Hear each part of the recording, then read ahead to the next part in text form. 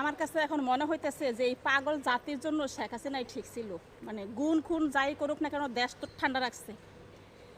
আমরা কি চাইছিলাম? যে আমরা চাইছিলাম একটা নির্দলীয় সরকার ক্ষমতায় আসুক, তার মাধ্যমে একটা সুষ্ঠু নির্বাচন হোক, জনগণের ভোটে যে দল ক্ষমতায় আসে সে দল দেশ শাসন করবে। ওকে, আমরা কি করতেছি?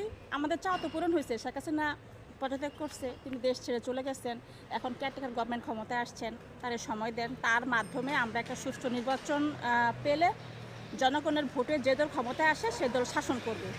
আমরা দেশে যে পরিমাণে অরাজকতা করতেছি, এতে করে মানে প্রমাণ হইতেছে যে আমরা আসলে একটা পাগল জাতি। মানে আমরা যে আসলে কি বলবো, আমাদের আসলে মাথা ঠিক নাই।